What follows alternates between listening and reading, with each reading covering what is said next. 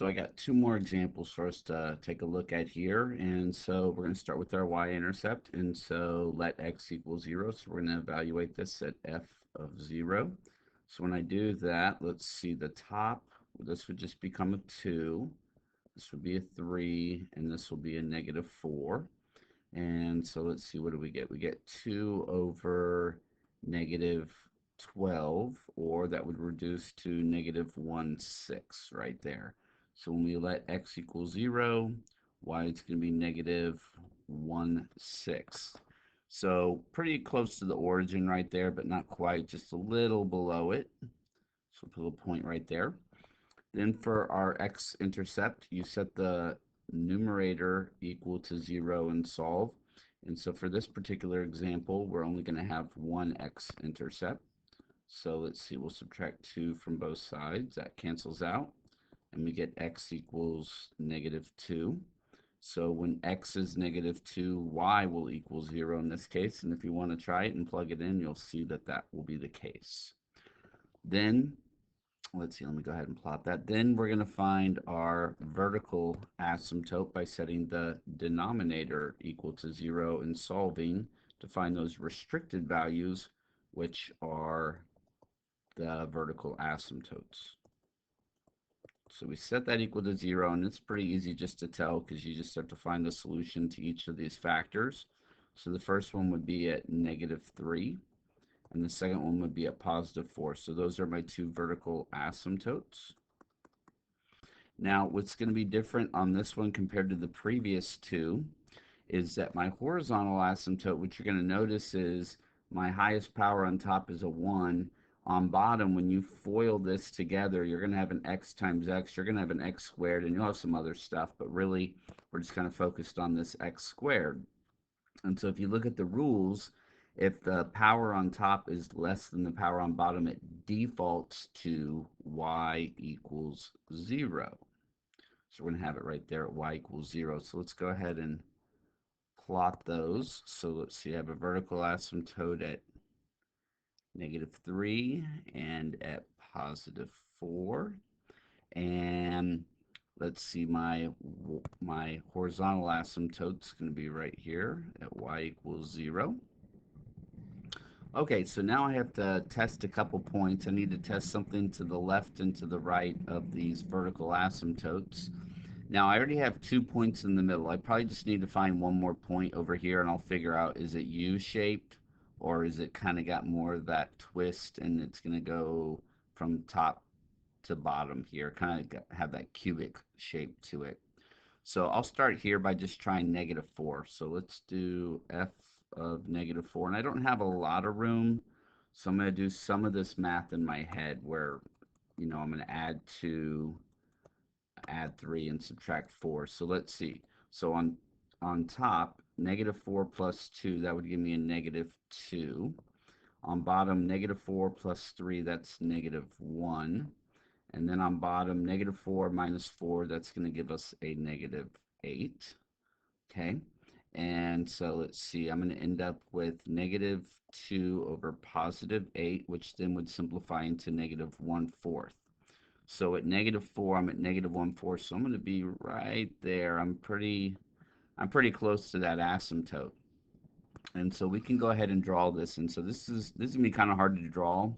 And so luckily on your homework, it's going to be multiple choice, but we're coming along that axis right there. We're going to hit that point that I just found and then make a quick turn going down.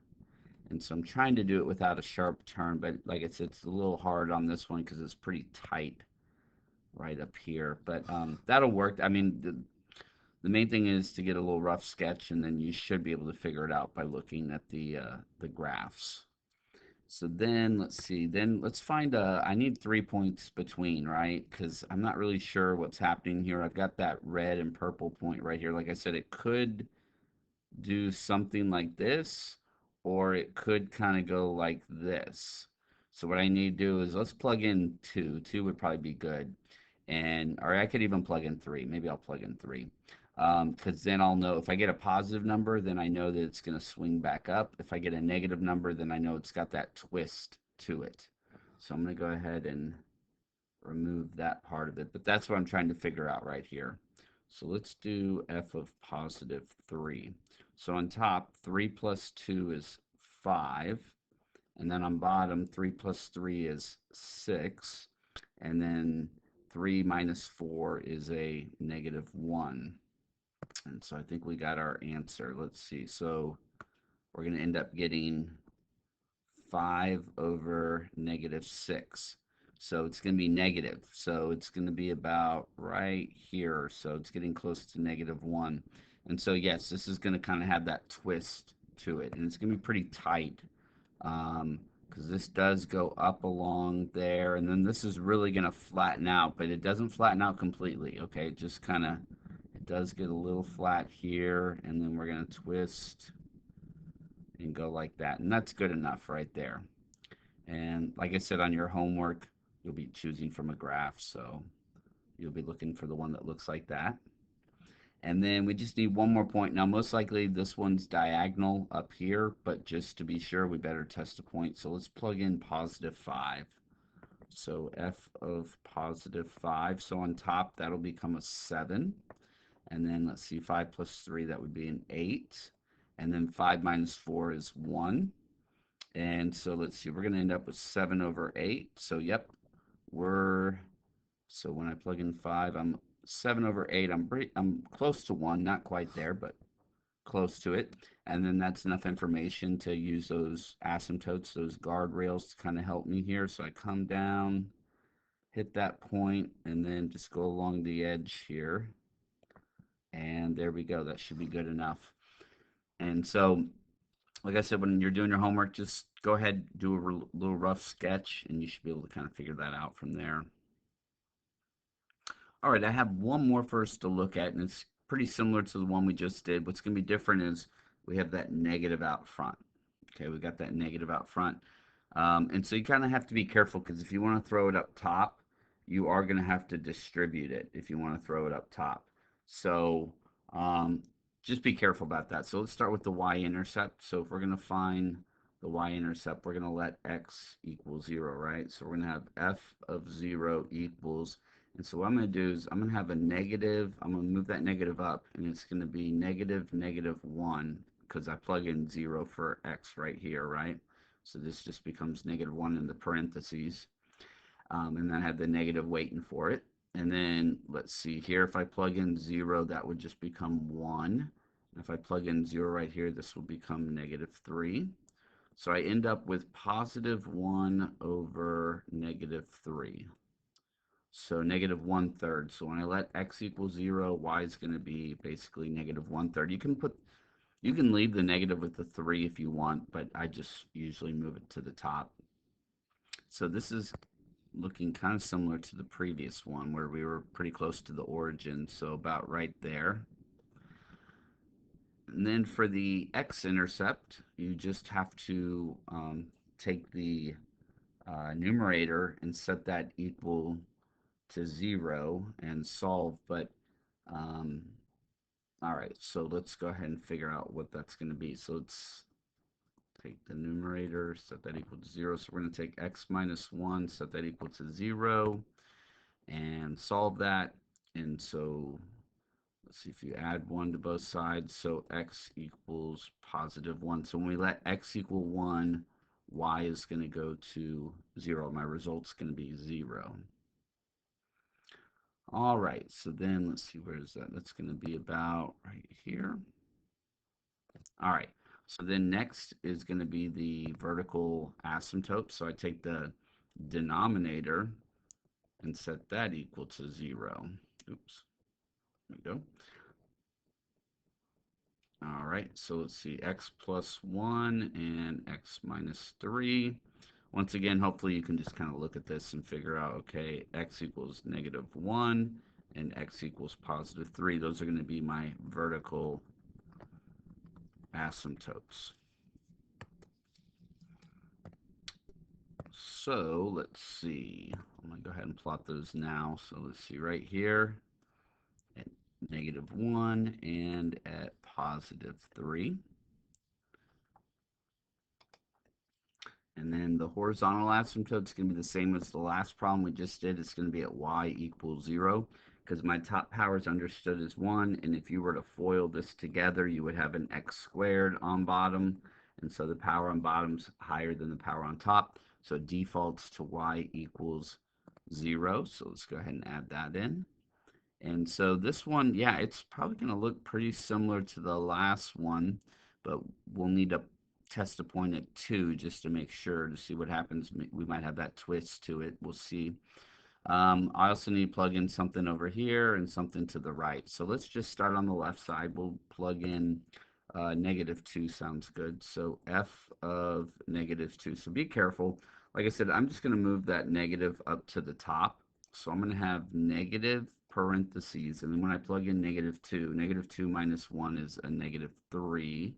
So I'm going to have double negatives on top, and we'll deal with that in a second. Then on bottom, -2 plus 1 is -1. And then -2 minus 3 is a -5. And then when we clean that up, we're going to end up with +3 over +5. So +3/5.